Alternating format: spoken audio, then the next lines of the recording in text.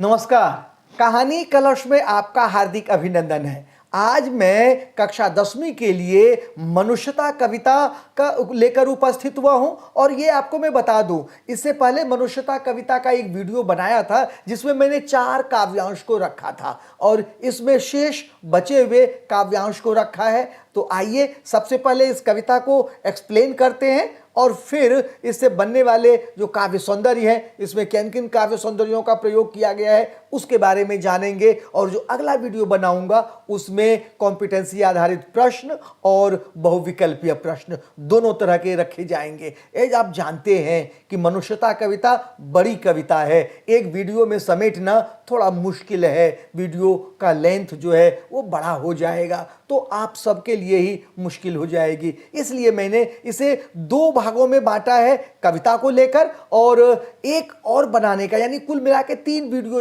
इस पर बनाने का मैंने सोचा है कि 3 ही वीडियो बनेंगे। 2 में तो कविता को एक्सप्लेन करके उसके काव्य सौंदर्य को बताने की कोशिश की है और अगला जो वीडियो है उसमें कॉम्पिटेंसी आधारित प्रश्न एवं बहुविकल्पीय प्रश्न ये रखने की कोशिश की है। तो आइए सबसे पहले कविता के शेष बचे हुए काव्यांश जो है, अंश जो है उसे करते हैं। मनुष्यता कविता भाग 2। सबसे पहले जीवन परिचय दोबारा मैं करवा रहा हूं क्योंकि जिन बच्चों ने पहला वीडियो नहीं देखा है वे इस वीडियो से अगर देखना चाहते हैं तो इस वाले अंश को देखेंगे। तो कवि परिचय दोनों में चाहिए। 1886 में झांसी के करीब चिरगांव में जन्मे मैथिली शरण गुप्त अपने जीवन काल में ही राष्ट्र कवि के रूप में विख्यात हुए। इनकी शिक्षा दीक्षा घर पर ही हुई। संस्कृत, बांग्ला, मराठी और अंग्रेजी पर इनका समान अधिकार था। गुप्त जी राम भक्त कवि थे। इन्होंने भारतीय जीवन को समग्रता में ही समझने की कोशिश की और उसे प्रस्तुत भी किया। गुप्त जी की कविता की भाषा विशुद्ध खड़ी बोली है, तत्समयुक्त शब्दावली का प्रयोग है, भाषा पर संस्कृत का प्रभाव है। काव्य की कथा वस्तु भारतीय इतिहास के ऐसे अंशों से ली गई है जो भारत के अतीत का गौरव गान करता है, स्वर्ण चित्र पाठक के सामने उपस्थित करते हैं। गुप्त जी की प्रमुख कृतियां साकेत, यशोधरा, जयद्रथ, भारत भारती आदि इनकी महत्वपूर्ण रचनाएं हैं। आगे देखते हैं क्या कविता का प्रतिपाद्य क्या है, मुख्य बातें क्या हैं। मनुष्यता कविता में कवि मैथिली शरण गुप्त ने मनुष्य जीवन की सार्थकता को चिन्हित किया है। मनुष्य अन्य जीवधारियों के समान मरणशील प्राणी है, किंतु उसमें स्वयं को अमर बनाने की क्षमता विद्यमान है। पशु स्वयं अपने लिए जीते हैं, किंतु सच्चा मनुष्य दूसरों के लिए भी जीता है। वह सृष्टि के कण कण में अपनापन देखता है और मरने से नहीं डरता। वह रंतिदेव, दधीची, उशीनर, कर्ण, बुद्ध आदि के समान लोक कल्याण के प्रति समर्पित रहता है। मद से अंधा नहीं होता। मनुष्य मनुष्य में भेद नहीं रखता। उदारता, करुणा और प्रेम भाव उसके आभूषण होते हैं। सांसारिक विघ्न बाधाओं को खुशी खुशी झेलता हुआ वह आगे बढ़ जाता है। इन्हीं सब कारणों से मरने के बाद भी लोग उसे याद करते हैं। आगे देखते हैं। रहो न भूल के कभी मदांध तुच्छ वित्त में, सनाथ जान आपको करो न गर्व चित्त में। अनाथ कौन है यहाँ, त्रिलोकीनाथ साथ हैं, दयालु दीन बंधु के बड़े विशाल हाथ हैं। अतीब भाग्यहीन है अधीर भाव जो करे, वही मनुष्य है जो मनुष्य के लिए मरे। इसका अर्थ क्या है यहाँ पर? मदांध घमंड में अंधा, तुच्छवित्त महत्वहीन, सनाथ स्वामी सहित जिसका कोई रक्षक हो, त्रिलोकीनाथ तीनों लोकों का स्वामी यानी ईश्वर, अतीव अधिक, अधीर भाव व्याकुलता का भाव, विशाल हाथ होना, अत्यधिक ताकतवर होना। ये जो कठिन शब्द हैं उसका अर्थ मैंने बताया। अब देखिए इस पंक्ति का अर्थ क्या है। इन पंक्तियों में बताया गया है कि मनुष्य को कभी घमंड नहीं करना चाहिए। मनुष्य के पास यदि काफी धन दौलत इकट्ठी हो जाए तब भूल कर भी उसे घमंड नहीं करना चाहिए। प्रभु केवल मेरे साथ हैं यह कभी नहीं सोचना चाहिए, क्योंकि संसार में ऐसा कोई भी नहीं है जिसके साथ प्रभु ना हो, ईश्वर ना हो। कहते हैं ना कि जिसका कोई नहीं होता उसका तो खुदा होता है यारो। जी, बिल्कुल, जिसका कोई नहीं होता, उसका तो ईश्वर है, स्वयं नारायण हैं उनके सहायक, प्रभु सदैव उसके स्वामी हैं, सबके रक्षक हैं, सब में विद्यमान हैं, वे जो चाहें कर सकते हैं, उनके हाथ बहुत लंबे हैं, विशाल हैं, वे सर्वशक्तिमान हैं। जो व्यक्ति स्वयं को अकेला समझकर दुखी और व्याकुल होता है, वह बड़ा ही भाग्यहीन है, क्योंकि यहाँ अकेला तो कोई नहीं है, सबके साथ प्रभु विद्यमान है। मनुष्य के जीवन की सार्थकता दूसरों के लिए जीने में ही है। इसमें क्या क्या काव्य सौंदर्य किस प्रकार है? प्रस्तुत पंक्तियों में घमंडी मनुष्य को चेतावनी दी गई है। तत्सम बहुल खड़ी बोली का सुंदर प्रयोग है। प्रश्नोत्तर शैली में भावों को परिपुष्ट किया गया है। दयालु दीन बंधु में अनुप्रास अलंकार है। वित्त, चित्त, साथ, हाथ, तुकांत पदों का प्रयोग कर्णप्रिय है। जी, इसका कर्णप्रिय है। आगे देखते हैं, आगे पद्यांश में क्या है।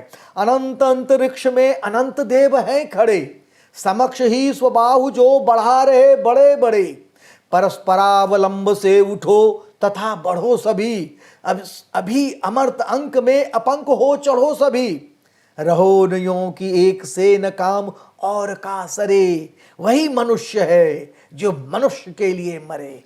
अनंत अंत रहित, स्वबाहु अपनी भुजाएं, परस्परावलंब एक दूसरे का सहारा बनकर, अमर्त्य अंक देवता की गोद, अपंक कलंक रहित निर्दोष, सरे पूरा हो। अब देखिए, ये शब्दार्थ बताने के बाद, ये काव्य का पाठ करने के बाद, ये काव्य पंक्ति का पाठ करने के बाद क्या है? करे कवि के अनुसार इस अपरिमित आकाश में असंख्य देव विराजमान हैं।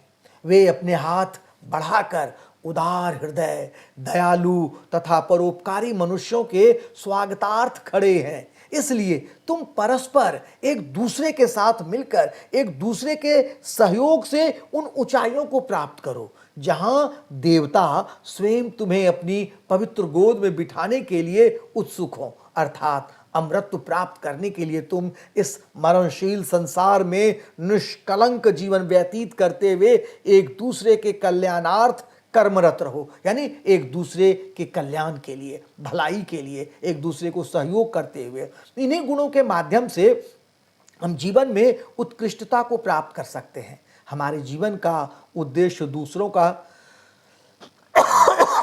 का कल्याण करते हुए स्वयं अपना उद्धार करना होना चाहिए। तुम इस तरह मत जियो कि एक दूसरे के किसी काम ना आ सको, तुम्हारे होने से किसी का कोई काम न बने, ऐसा बिल्कुल नहीं होना चाहिए। सच्चा मनुष्य तो वही है जो अन्य मनुष्यों के काम आए। कवि परस्पर सहायता द्वारा कार्यों की सिद्धि को महत्वपूर्ण मानता है। आगे देखते हैं काव्य सौंदर्य क्या क्या है। कवि यहाँ कलंक रहित जीवन जीने की प्रेरणा दे रहा है। खड़ी बोली की रचना में प्रसंगानुसार तत्सम शब्दों का प्रयोग किया गया है। बड़े बड़े में पुनरुक्त प्रकाश अलंकार है। अनंत, अंतरिक्ष और अमर्त्य अंक में अनुप्रास अलंकार है। क्यों? क्योंकि यहाँ पे अवर्ण की आवृत्ति है। संपूर्ण काव्यांश में तुकांत पदावली है, पद का प्रयोग किया गया है। उद्बोधन शैली के साथ ही सामासिक शब्दावली का भी प्रयोग है। ये काव्य सौंदर्य है। चलते हैं अगले काव्यांश की ओर। मनुष्य मात्र बंधु है, यही बड़ा विवेक है, पुराण पुरुष स्वयंभू पिता प्रसिद्ध एक है, फलानुसार कर्म के अवश्य बाह्य भेद है, परंतु अंतरैक्य में प्रमाणभूत वेद है। अनर्थ है कि बंधुहीन बंधु की व्यथा हरे, वही मनुष्य है जो मनुष्य के लिए मरे। देखिए शब्दार्थ क्या है। बंधु यानी भाई। पुराण पुरुष क्या है? पुराण पुरुष में जिसे पुरुष की संज्ञा दी गई है। अब शब्दार्थ चलते हैं। बंधु भाई, बंधु यानी भाई। पुराण पुरुष, पुराणों में जिसे पुरुष की संज्ञा दी गई है। स्वयंभू परमात्मा, भेद अंतर, प्रमाणभूत साक्षी, व्यथा पीड़ा दुख, विवेक भले बुरे का ज्ञान करना, और बाह्य बाहरी, अंतरैक्य आत्मा की एकता, अनर्थ दुर्भाग्य हरे दूर करना। ये अब इसके बाद देखिए क्या कर रहा है। कह रहे कि आगे चलते, कह रहे प्रस्तुत पंक्तियों में राष्ट्र कवि मैथिली शरण गुप्त ने बंधुत्व की भावना को मनुष्य की सबसे बड़ी विवेकशीलता माना है। जी, दो भाई की भाई हम हैं, एक दूसरे को भाई मानना, भाई की तरह बंधुत्व भाव से एक दूसरे का स्वागत करना, गले मिलाना, लगना। कवि कहता है कि मनुष्य के लिए सबसे बड़ा विवेक यही है कि वह संसार के सभी मनुष्यों को अपना बंधु समझे। पुराणों के अनुसार सभी मनुष्यों का एक ही पिता है, वह स्वयंभू परमात्मा है। यह ठीक है कि विविध कर्मों के फलानुसार सब आपस में भिन्न हैं, अर्थात जिसने जैसे बने या जिसे जैसे जो काम किया उसे पैसा हो या जन्म मिला, उसी तरह से वैसा ही जन्म मिला, परंतु आंतरिक दृष्टि से सभी एक है। यहाँ पर एक थोड़ा गलती हो गई है, मिसप्रिंट है कि जिसने जैसा कर्म किया उसे उसी तरह उसका जन्म हुआ, तो यहाँ पे पैसा आ गया है, तो ये नहीं होगा। परंतु आंतरिक दृष्टि से सभी एक हैं, समान हैं। स्वयं वेद इस आंतरिक एकता के साक्षी हैं। अतः संसार में यह सबसे बड़ा पाप है कि कोई व्यक्ति अपने बंधु का कष्ट न हरे। सच्चा मनुष्य यही है जो अन्य मनुष्यों के लिए जीता है और मरता है, एक दूसरे की सहायता करता है। काव्य सौंदर्य में क्या क्या कहा गया है। कवि ने इस काव्यांश के माध्यम से मनुष्यों को मिलजुल कर एक दूसरे का सहयोग करने का संदेश दिया है। एक दूसरी खड़ी बोली की रचना में प्रसंगानुसार तत्सम शब्दों, ये तो सब में है, जितने भी काव्यांश है सब में ये आप लिख सकते हैं, शब्दों का भी प्रयोग किया गया है। संपूर्ण काव्यांश में तुकांत पद का प्रयोग सहज रूप में हुआ है, बिल्कुल सहज है। चलो अभिष्ट मार्ग में सहर्ष खेलते हुए, विपत्ति विघ्न जो पड़े उन्हें ढकेलते हुए, घटे न हेल मेल हाँ बढ़े न भिन्नता कभी, अतर्क एक पंथ में सतर्क पंथ हो सभी, तभी समर्थ भाव है कि तारता हुआ तरे, वही मनुष्य है जो मनुष्य के लिए मरे। क्या कह रहा है अब यहाँ पर, पहले शब्दार्थ करते फिर इसको एक्सप्लेन करेंगे। अभिष्ट यानी इच्छित, विपत्ति कठिनाइयां में चंद्रबिंदु नहीं है, विसर्ग है। हेल मेल मेल जोल, अतर्क तर्क से परे, समर्थ शक्तिशाली, सबसे विसर्ग हटा दीजिए। सहर्ष प्रसन्नता पूर्वक, विघ्न बाधाएं, भिन्नता अलग होने का भाव, सतर्क पंथ सावधान यात्री, तारता उद्धार करता हुआ। आगे देखते हैं। प्रस्तुत पंक्तियों के माध्यम से कवि ने संघर्षपूर्ण जीवन व्यतीत करते हुए लक्ष्य की ओर आगे बढ़ते रहने की प्रेरणा दी है। कवि कहता है, तुम जीवन में जिस मार्ग पर भी चलना चाहते हो, हंसी खुशी से चलते चलो।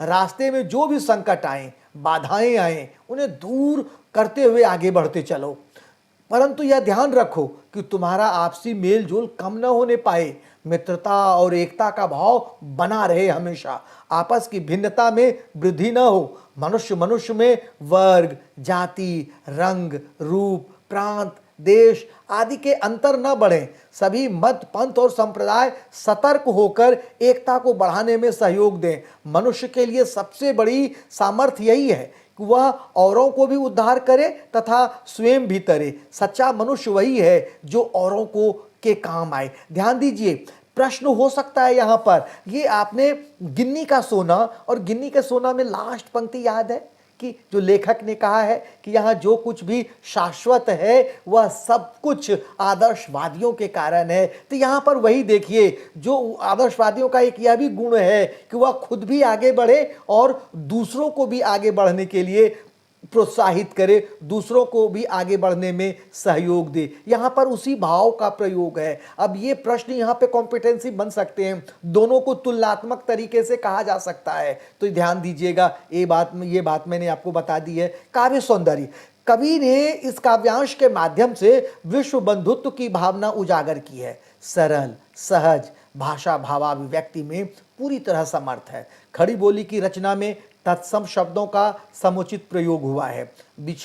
विपक्षी विद्या में अनुप्रास अलंकार है। उद्बोधन शैली के साथ सामासिक शब्दावली का भी प्रयोग किया गया है। अब आगे देखते हैं। आगे तो धन्यवाद है, अब कुछ नहीं, अब मैंने पूरे आगे एक्सप्लेन कर दिया है कि इसका जो अगला वीडियो बनेगा जिसमें कॉम्पिटेंसी प्रश्न होंगे और बहुविकल्पीय प्रश्न होंगे, ये दोनों जो प्रश्न होंगे अगले वीडियो में लेकर आऊँगा, क्योंकि मैंने इसे 3 भागों में प्रस्तुत करने की योजना बनाई थी। कविता लंबी है तो 4 एक में, 4 दूसरे वीडियो में, और शेष जो है प्रश्नोत्तर जो बहुविकल्पीय और कॉम्पिटेंसी है ये तीसरे वीडियो में। तो अब मैं अपनी वाणी को यहीं पर विराम देता हूं और आपसे एक गुजारिश है कि अगर आपको यह वीडियो अच्छा लगता है, लाइक, सब्सक्राइब और चैट बॉक्स में जाकर कमेंट ज़रूर करें, क्योंकि आपका जो ये हौसला अफजाई है, लाइक और सब्सक्राइब और कमेंट्स करना जो हौसला अफजाई है,